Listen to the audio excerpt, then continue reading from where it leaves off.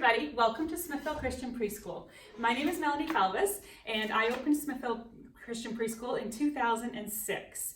We have been in the same location until now and we're now preparing to move, so I wanted to do a virtual tour to give you an idea of what we do here. So on a typical day, the children come in and they change into some indoor shoes or slippers and then they're off and they're doing their jobs. So everything on a shelf here, all these work materials are called jobs. Mummies and daddies have jobs, and the children's job when they're here is to learn. And our classroom is divided into 5 different learning areas according to the Montessori principles. So first we have our language area, and in the Montessori classroom we have a big focus on phonetic sounds. So at the beginning of every month you receive a calendar, and on that calendar it will show you which 3 phonetic sounds we're working with each week. So if you want to support that at home, you can cut them out of paper and you can do it there too. So we would call the children over for a one-on-one lesson when it's their turn. These phonetic sounds are made out of sandpaper, so when the children are tracing them, it's a pre-writing skill, and then the pre-reading skill is learning the sound that it makes.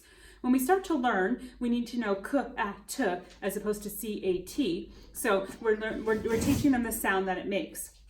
For instance, this would be f for fish. This would be a for apple, and this would be g for goat. So when it's the children's turn, we would call them over and we'd say, put for fish on your knee, put for fish on your backpack. Tell your friend this is for fish. So with each one, we're going through a couple different scenarios, and that's how they're building that phonetic base, is by being familiarized with the sounds over and over and over.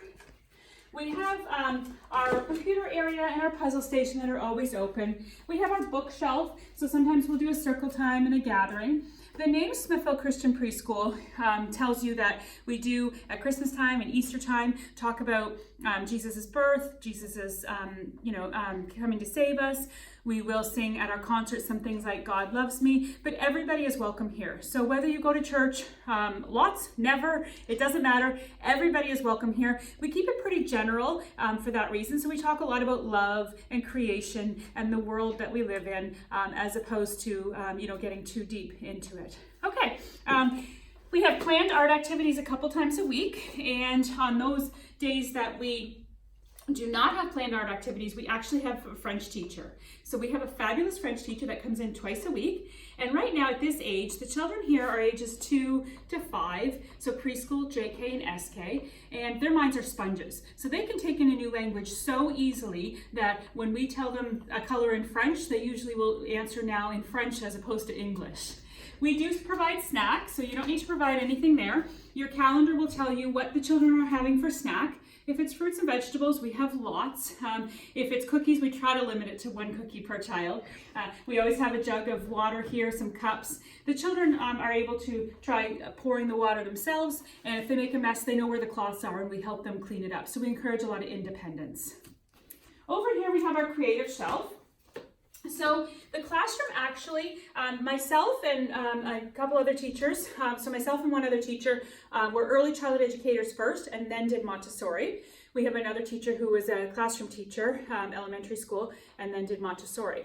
So we've taken, the classroom is about 90% Montessori, but there are some elements that we're missing, I felt, and so the creative shelf is one of them. You won't see this in too many Montessori schools, but the children need to express themselves creatively. So we might have chalk, watercolors, always glue, paper, and some materials to color with, and that's always open to the children.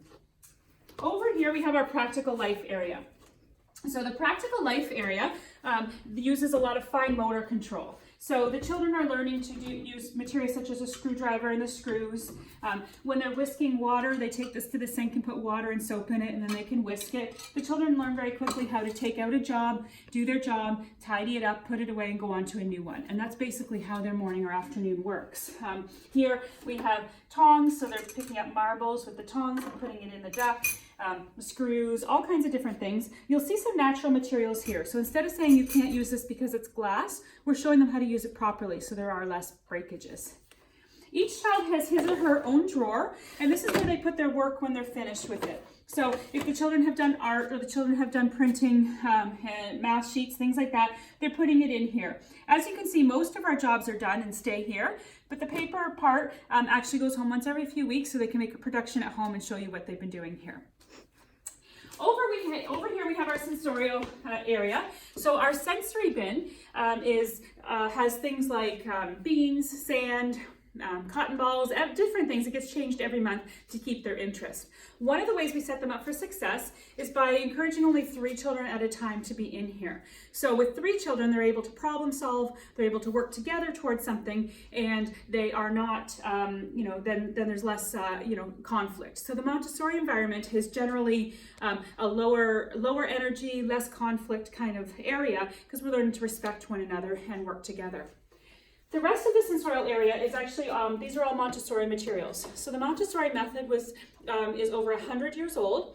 It was developed in Italy over 100 years ago by Maria Montessori, who was a doctor, and she was one of the first females to attend and earn a PhD. And way back in Italy in the war, the men were off to war, and the mothers needed to go off to work. So they were leaving all of these children alone in an apartment complex to just fend for themselves, and things were getting destroyed. So the people from the owners of the apartment complex decided it was easier, or it was more economical to pay somebody to watch the children than to keep these repairs. So Maria Montessori, even though the job was way beneath her, took on this as an opportunity to research and develop how the children learn. So you'll see a lot of Montessori materials are made out of wood because that's what they had readily available. So Maria Montessori was the first to create things like child-sized chairs and tables so that the children could actually learn. So all of these materials are over 100 years old, and they have stood the test of time and shown how the children develop. Over here we have our pink tower. So the children are learning how to do something from biggest to smallest. Most of these jobs are too big to be done at a table, so the children roll out a mat on the floor and they can put their pieces of their job on the mat. So this shows their friends that this is their job, and they're not as likely to come over and topple over their tower or take a piece because this is defined as their workspace. We have our red rods, which they learn longest to shortest here. And these jobs, they start with a very basic, biggest to smallest way to do it. And then after that, as they grow, some later in the year, or JKs and SKs, learn how to do the extensions of these jobs. So they do them in a different order. They combine the jobs. An example is the red rods. The children learn how to make a maze and walk through it. The sensorial area, we also have sandpaper boards, so they're learning which ones are rougher and which ones are smoother. We have sound boxes, so shaking them and trying to see which ones match, which ones sound the same. So that's part of our sensorial area as well. Over here we have our math area. So we have math sheets, we have the sandpaper numbers. So with these, again, they're tracing them, and this is number 5. So we might say, let's go find 5 pencils. And we're counting things out one at a time, which is a lot more difficult than saying 1, 2, 3, 4, 5. They're learning about the quantity.